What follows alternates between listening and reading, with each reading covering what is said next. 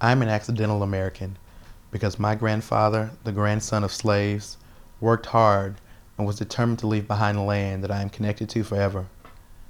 I went back to Hale County, Alabama, to the place my mama calls the home house. We drove on a one-lane red dirt road, noisy from the rocks underneath and the tractor ahead. There was a cloud of dust blocking our view, but I knew the road so well that I could maneuver it with my eyes closed. At one point, closer to the house, the dirt road becomes paved. Brassfield Road, named after my grandfather's family, is a new thing here. And the name isn't the only change in this small country town of winding routes ground over by railroad tracks and once well-known houses overtaken by trees. My family has 90 acres on Brassfield Road, some of which would one day be mine.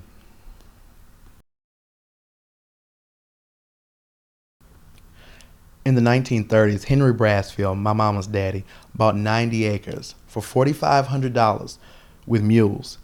On his land was a house, a barn, and a smokehouse. He and my grandmother raised 5 children on that land, 3 boys and 2 girls, all of whom would plow fields, haul logs, milk cows, and do all the other work that is required to keep up a farm that size. My granddaddy would tell his children, they're making cars and clothes every day, but they ain't making new land.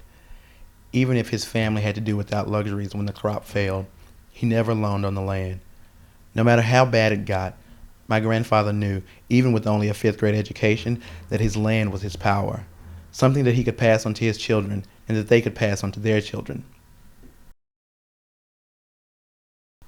I remember summers on the farm, years after both my grandparents had gone, when I stomped barefoot across the fields, avoiding those thorny weeds and ant beds, imagining something special for my plot of land. I boasted to myself and promised to him that I would never sell it, but find a way to make it even more fruitful than he could ever dream. Walking around the farm now, the paths that used to be marked by tire tracks are just grass.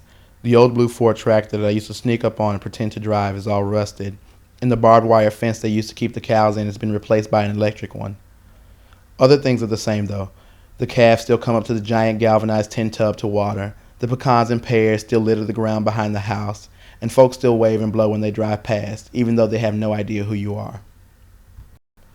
Looking up at the same clouds that told the stories of my childhood, I remember that my spirit of activism is born in my grandfather's dream to own a place in which his family could design their destinies, wherever they would take them, and that no matter what, we can always go home.